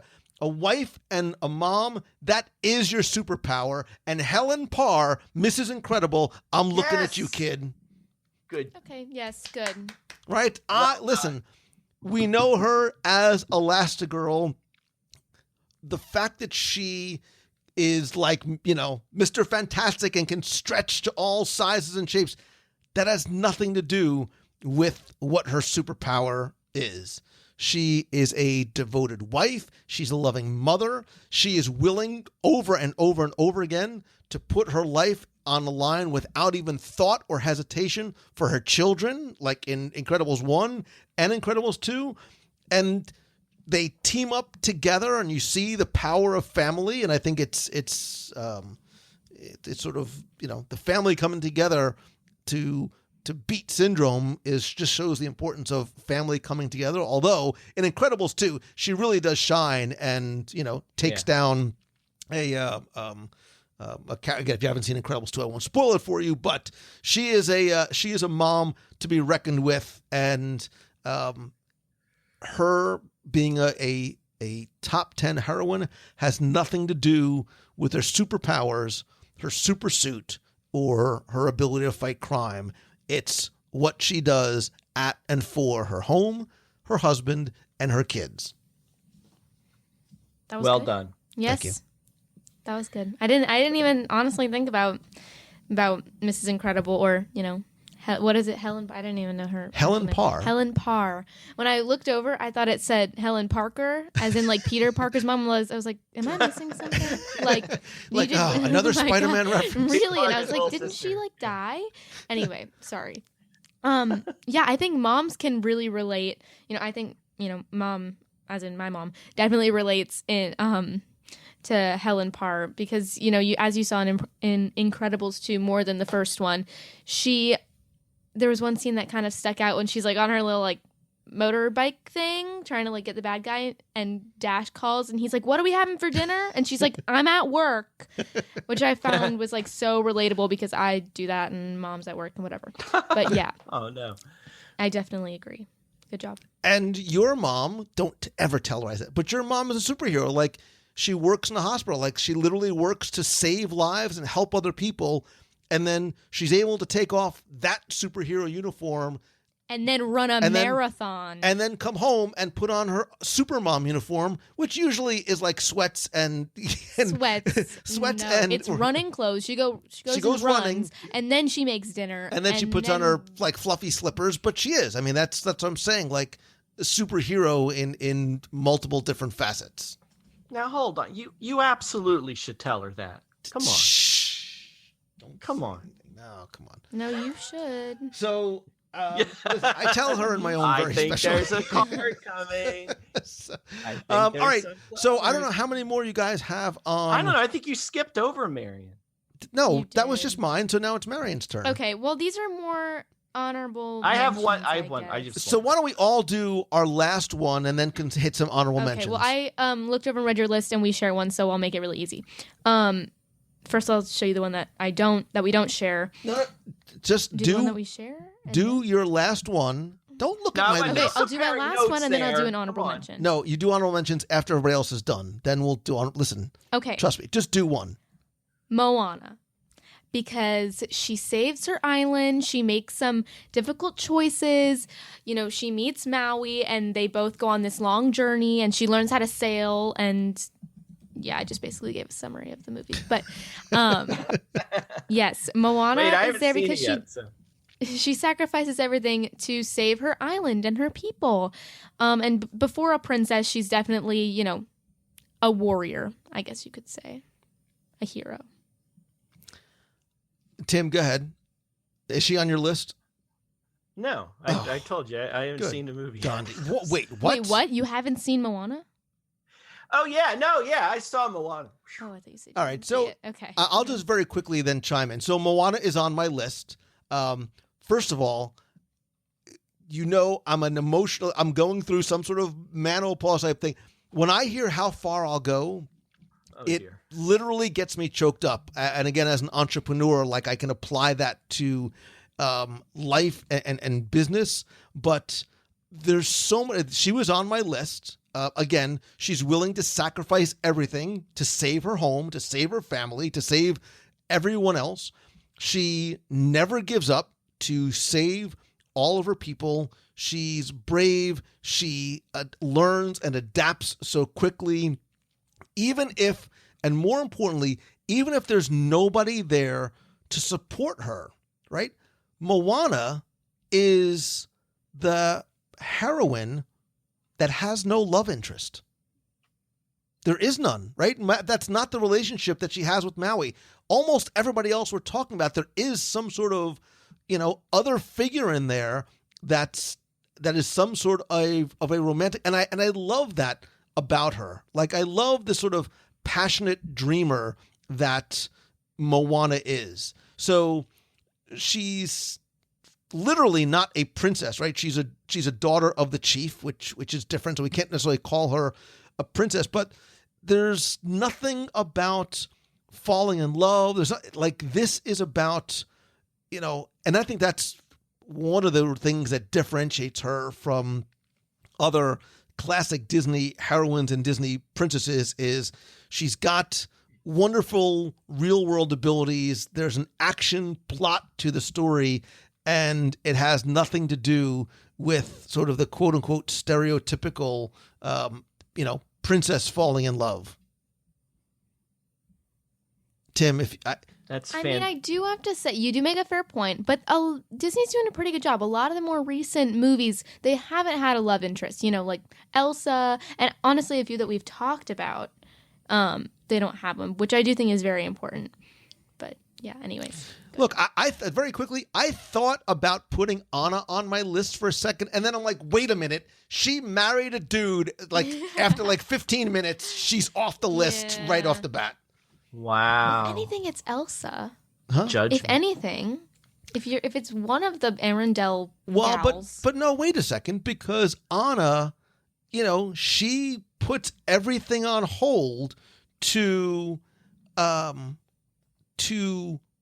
save her sister and the villain. She might not make the best decisions all the time, but that's only in Frozen 1. She comes back around, right? She definitely comes back. She learns from her mistakes, which is why I had her on there. But, fair. Maybe date for a while. I'm just saying. Anna is a heroine. Elsa is equally as much of a heroine, though. The second movie, she had her moment. She's a spirit. Tim probably hasn't seen that one either. Tim, they made Frozen 2. Were you talking about Little Mermaid? What were we talking about? Tim, who's the last one on your current list, and then we'll hit some honorable mentions. No, I like listening to this because, Lou, you are clearly losing this argument. Thank you. What? No, why losing? I'm not. Standing. What argument am I losing? All of them. Discussion, debate, difference of opinion. I mean, we're sort of having. I'm arguing. So, guys, who's the last one on your list? All right, all right. So this might be a go with me one, but honestly, when you brought this up, this was the very first character that popped into my mind. Eve from WALL-E. Oh, I love WALL-E so much. See the WALL-E toys? Yeah, the collectibles. See, they're toys. I mean, they're collectibles. He just said toys. It's on the record. It's on the record. Collectibles. Yes, we heard that. Not an action figure. Yes, they're toys. But I mean, we all know the movie. We all know I've said many a time that I believe WALL-E is the greatest love story ever, animated, live, stage ever. Greatest love story ever. As I think about it, though, it is kind of interesting because Eve is a robot. So I guess you could go into this. I mean, it ended up this way, and we kind of assume all of this. Much like a debate I heard about C-3PO and R2-D2. Is even WALL-E, are they inherently programmed, male and female? That kind of ends up that way. So there's a bit of arbitrariness, which is kind of interesting because we're calling Eve the heroine because she kind of was the female of the movie, but they were robots. I mean, they weren't either. So that's kind of interesting. I just thought of that as I was thinking about Eve, and I said, there's some kind of ambiguity to that. So from that point of view, forget it. Eve is a she and WALL-E's a guy. It's great. But just watching the movie again, and to remind myself, I watched a little kind of a highlights of it, and she goes from nothing is really cool. We talked about character arcs before, and them having many of these characters having a tragic past or whatever it was, and them becoming who they were today. Eve was nothing. Eve was a program. Eve was a directive in a cool apple pod mouse kind of suit. And Wally, for whatever reasons, had emotions and longed for love and so forth and all that. And seeing her arc really coming from nothing through Wally learning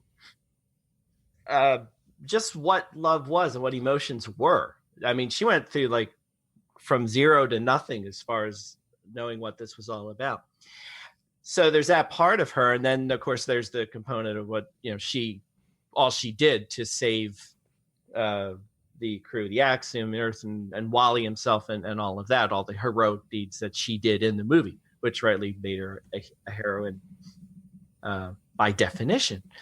But as we talked more about character arcs through these characters, I was thinking all along about Eve's character arc and how very unusual it was compared to everybody else's. Zero to hero, literally. Yeah. And again, and I'll just say I just watched the movie again, and I'm still crying every time. But yeah, it's again, it's kind of a go with me here, but she was the first one. Literally popped in my mind when you asked me that question. So. Not a go with me. 12 years later, Wally still holds up. If you haven't watched it in a long time, you need to watch it again. What does Eve stand for? Extravehicular, environmental, vascular, experimental. Stop it. Extraterrestrial vegetation evaluator. Okay. What does Wally stand for? You said that what I do? No. You said something super smart and insightful because the character of Eve looks a lot like an Apple device. It was Jonathan Ive, the designer of the iMac and the iPod and the iPhone, helped create the design for Eve. Yeah, I said that purposely. Yes, because I there did. You go. So I love the film. The Apple chime for Wally when he brings up the power, the phone. Yeah. It's like the first 10 minutes of Up. You can tell a beautiful story with zero words, which is why I think it's masterful storytelling, because you don't need dialogue. We had faces. I just want to add my two moments that get me every time. And this isn't really about her being a hero or anything. This is about the love story part of it. But when she's on the ship and looking back through recordings and sees, and she never knew how when she went into hibernation after she got the plant on Earth, how on all that time Wally was right by her side, protecting her from the rain, protecting her from, and she had no idea. And when you see her and you can see the look in her robot eyes, which are just a few lines, but the emotion they were able to convey, like the realization she had. I can't finish my sentence, so I'm just going to move on. Still wonderful, isn't it? And no dialogue. Yeah. We didn't need dialogue. Right. We had That's faces. The thing, like that, her emotion, everything, no words, just the limited. She has eyes. That's all she has. Right. It's Norma Desmond from Sunset Boulevard. Like, that's exactly why this is so good. I don't know what you're I didn't like Wally at all. The first few times I saw it, was not. I know, but you were also 5. I also was very young, okay. So I saw it last week, and I thoroughly enjoyed it. Very good. Mm-hmm. I agree with every point that you said, but yeah, I just found it interesting.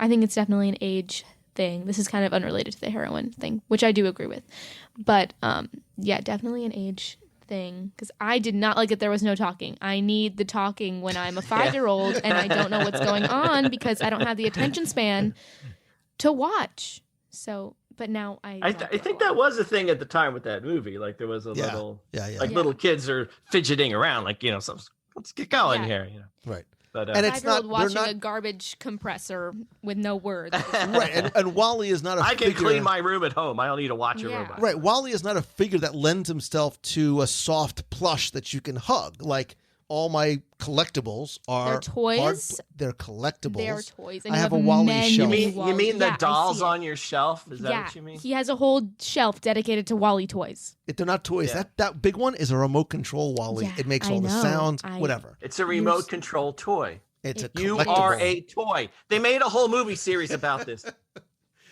So and I am so thankful that neither of you went in this direction for your last one. Marion, don't try and read my notes. I've already read most of them. Well, then don't read. It's very rude. Marion, what was it? Spill the beans. Don't I don't know this one. But I listen, read it. and just please, and I'm going to ask that you indulge me for a second for this one, because maybe to a certain degree, it's a Tim Foster go with me. The title of this show is Top 10 Disney Heroines.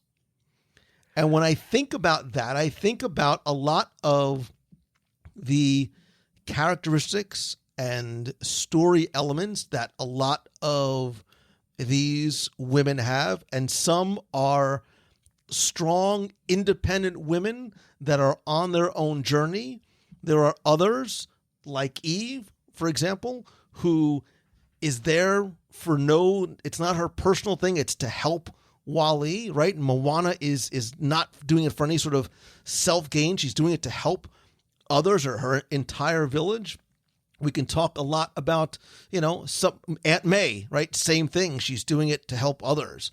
I think there is no better example and representation of that than a woman who encouraged and supported and assisted behind the scenes. It was never, ever about her or the spotlight. And I think the most important Disney heroine, or we wouldn't even be here, is Lillian Disney. Okay, you're cheating.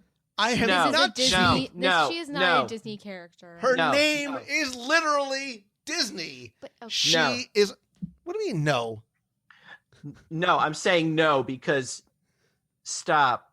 Standing ovation from me.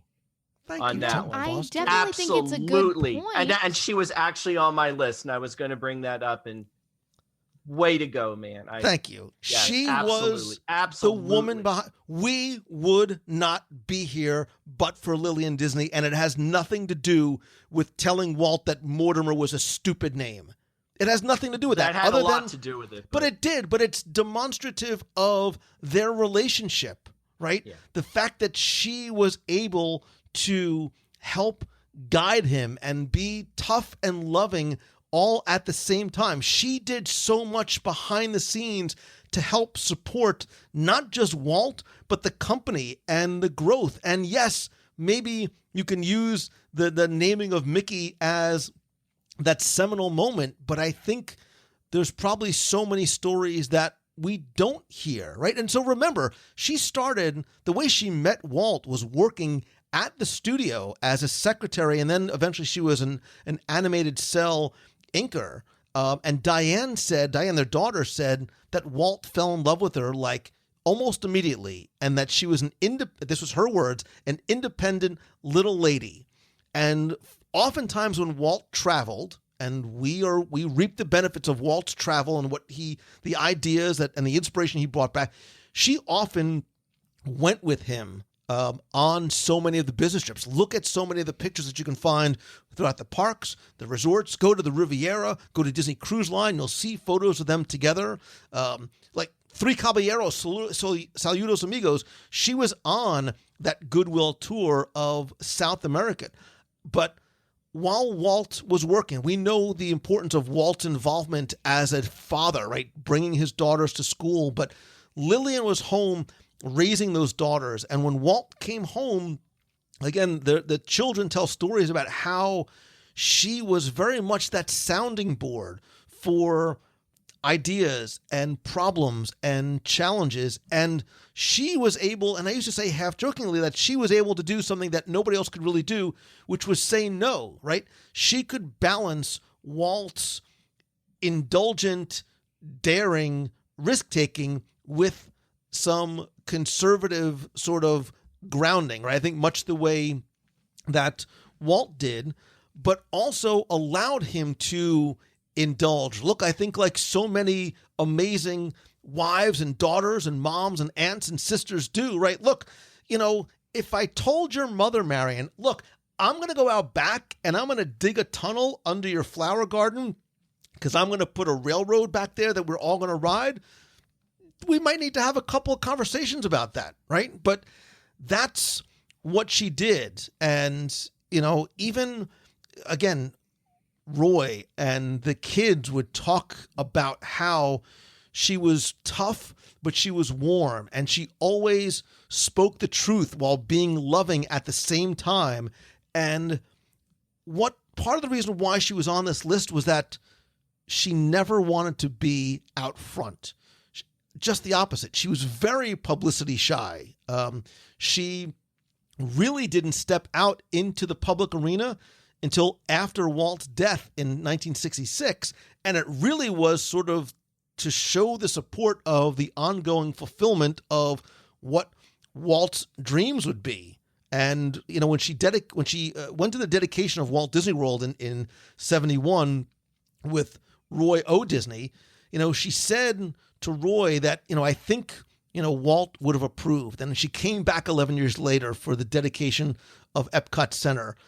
But she also continued to fill Walt's mission and vision, right? So she supported Walt's love of the arts and education. So the opening of Cal Arts in Valencia was helped by the funding that she gave to that school. In 87, she gave a gift of $50 million to the new Symphony Hall designed by Frank Gehry in Los Angeles. So she wanted to, like Walt, give gifts to the community in the ways that she was able to do, right? And the Walt Disney Concert Hall was sort of what she was able to do in order to continue to fulfill that. So, I could go on, and maybe one day I should do an entire show about Lillian Disney, because I think she is the ultimate Disney heroine. Good job. Could not agree more. And I will say I did. She popped into my. I didn't know if we were going to go down this path of real people in Disney history. Did they get to be on this list? Listen, I did not give She's any. not a character. You said characters. No, I said top 10 Disney You told heroines. me characters. Well, you said, what does that mean? This is what. Hold on. This is what he does. He makes the rules, right? But then he changes the rules at the last minute. Let me teach you both. Or he imposes rules upon you that he didn't tell you before. Like if I had said this, you are both. He said that listen to me for a second. You are both very smart, very intelligent, very creative people. We are guests on your show, and you will do what I say. No, you guys both use the creative as well as the other, didactic parts of your brain. You know more than anybody that it's okay. And in fact, the only way things get done is by thinking outside the box sometimes. Yeah, until we don't flutter your eyes and roll them back in your until I'm told we're going to do like top 10 attractions that, I don't know, make us cry, and then you start out by saying, "Oh, we're not going to talk about," and then immediately rips 10 off my list because you didn't tell me. This is what you do. But I just want to add, I don't have many honorable mentions. You already said Dory. She was on my list. You can talk about her later if you want. Mulan. Actually, I would say, how was Mulan? Yeah, Mulan was on my honor. Yeah, Mulan was my princess of choice, but we just got so involved with everything else, I didn't get to it. But since we went down that path, I do want to mention, as far as real life people in Disney history that we would call heroines, I just want to make personal mention of my personal real life Disney heroine that means a lot to me, and she is my artistic hero. That would be Mary Blair, and she has been so important to me growing up, like through my learning art and appreciating art, and just seeing what she did, not just her style and everything, which is phenomenal and stuff, but how she went about it. I remember this is back what, the 50s, the 60s, when she was doing stuff like this. The path she paved for so many people, and just who she was. And she inspires me so much. She inspired me when I was in art school. She inspires me today. So Mary Blair is my personal real life Disney hero. I'm with you 100%. I think there's lots and we could do a whole show on her, or maybe you did. I don't know. Yeah, I mean, I think there's, I've done shows in the past on Legends of Disney Imagineering, and I thought about doing that for the Women's History Month, but I said, let's sort of take it this way and do characters. But I think there's a ton that, without a doubt. And there's a lot more, but that's again, that could be part 2, or But Mary, any other honorable mentions on your list? So I could go on and on because I can't imagine you guys probably get a lot of like backlash, I guess you'd call it, if you disinclude people who, because everybody has their own opinion. So there are countless more people. There are countless heroines that I could say, but one that was on my list was Rapunzel, because ultimately in the end, she made the ultimate sacrifice, and she put everything on the line for who she loved, and she was locked in a tower for her whole life, which takes a lot of patience, which I don't have. Anyway, go ahead. Yeah, the only other one I had just as an honorable mention was Belle. I think she's unique. Yeah. I also had Merida on my list I think she was on a lot of people's lists. I think she's very as much a great Brave, standalone. Yeah, Brave was not my favorite movie, which is maybe why the character didn't. But Belle, again, she stood up for her own ideals. These were characters. Gaston. Yeah, and these are characters too, like you mentioned before, with that there wasn't a love interest back there being the motivation for a lot of what she did, which is a right. She rejected the first love interest, right? Because that's not what it was about at all. Gaston was the most quote unquote desirable man in town, and she wanted nothing to do with him. So, kudos to you, Belle. You go, girl. And I will say one thing too, because I know that pretty much every Disney princess we could probably put on this list for sure. But I always found it funny, like I said, society-wise, we've come a long way, still have work to do and all that. But I remember when, Little Mermaid was coming out, and Beauty and the Beast and so forth, there would be talk about, it's great that they have a princess in this case who is what am I looking for? Strong and self-reliant and everything else, and stand on their feet, and not, I'm just sitting here waiting for Prince Charming and stuff. And I just find it funny, or interesting is a better way to say it, with pretty much every movie that comes out. Not so much anymore, because I think it's becoming more and more, okay, and that's the norm is the better way to say that. But they would say that, when Rapunzel would come out, when Princess and the Frog would come out, when all these movies would come out, and they'd say, it's about time they did a princess that could stand on herself and be reliable and stand on her 2 feet. When they had been doing that for quite a while, if less people forget that this isn't a new phenomena that just popped up in the last few years. Like, Disney's been pretty progressive in that for a long time. Now, going way back, you had your typical damsels in distress and all that kind of stuff, but they've been at the forefront of this for quite a long time, which I think we should give them a little shout out for. So, I think it's just, as a quick aside, sort of just to state the obvious, it's interesting that none of the princesses or characters from some of the early Disney animated films made it onto the list. Not that they are not strong and heroines, but just, again, you talked about sort of progression in terms of the storytelling and the roles and the motivation of the characters. And look, I think that's what all of these characters and ones that we probably left off the list that you're screaming like Mangellos. How did you possibly do? What's wrong with you, Marion? I don't know if you have like, I don't listen to these a lot, but if you have like a speed round of like just names that like you say at this the was end. the speed round. Well, okay, you do it. Do You don't give I an wanna do it. explanation. I You just say them think in a we list. got- hit him. Do it. Okay, I have like 8. Tinkerbell, Jessie from Toy Story, Pocahontas, Gwen Stacy, aka Spider-Girl from, okay, I don't know if this counts, but like the new, Spider-Verse. Miss Piggy and Ariel.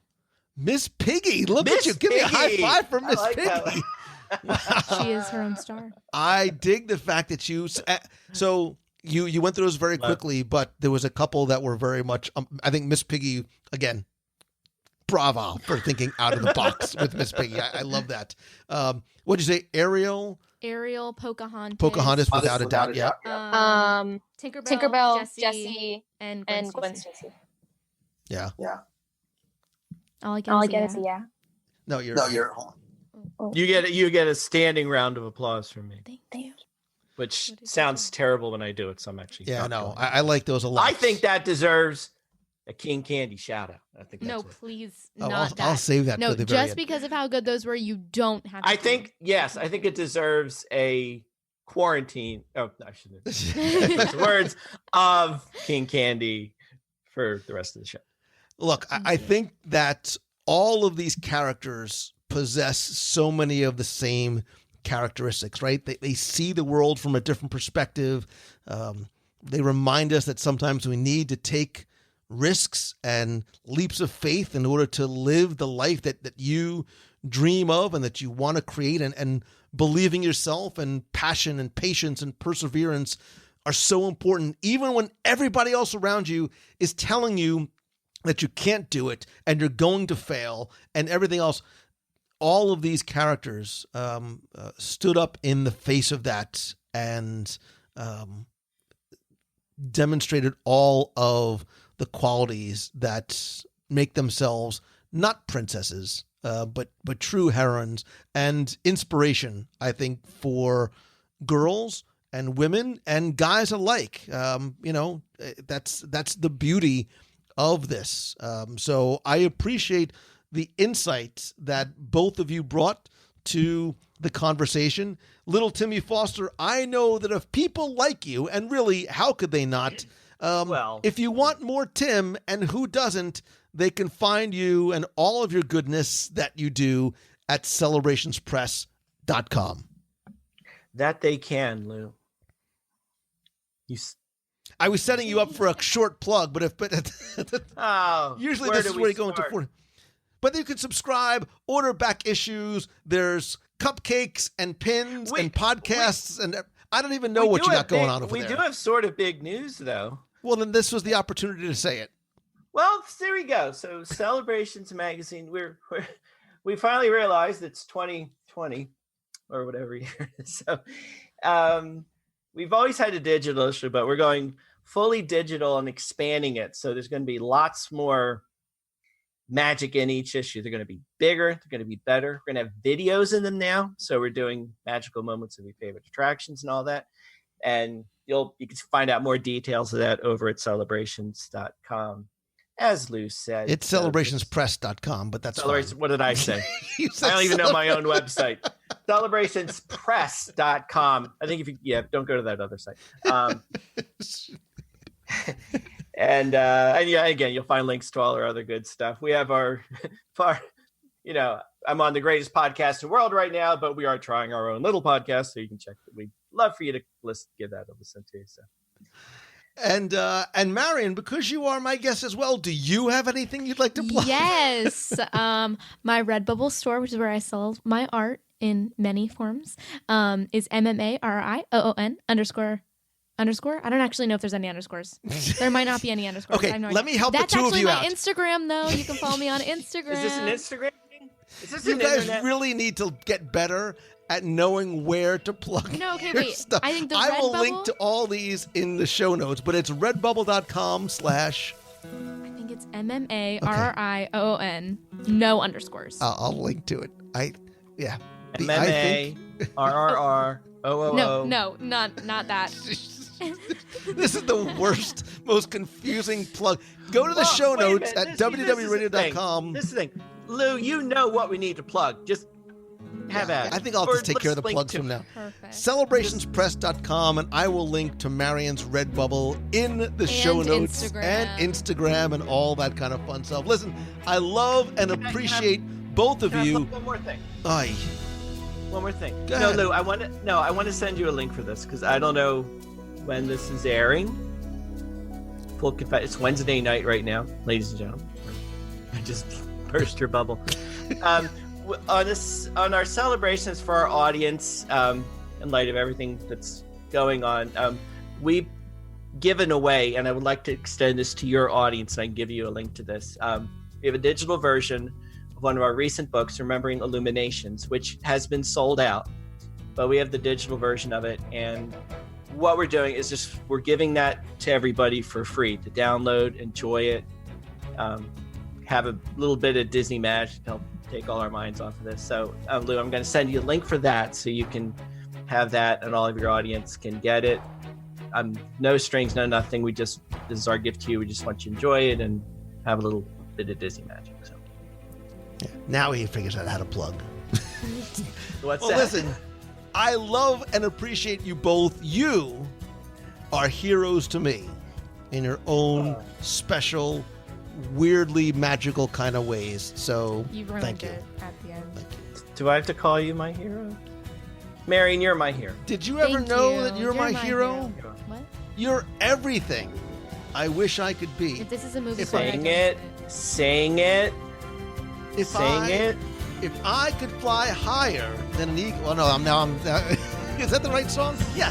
You're the Yeah, wind beneath yeah. my wings. You're also my sunshine. Kind of stuff. King Candy. Oh my god. Oh, I thought you were talking to me.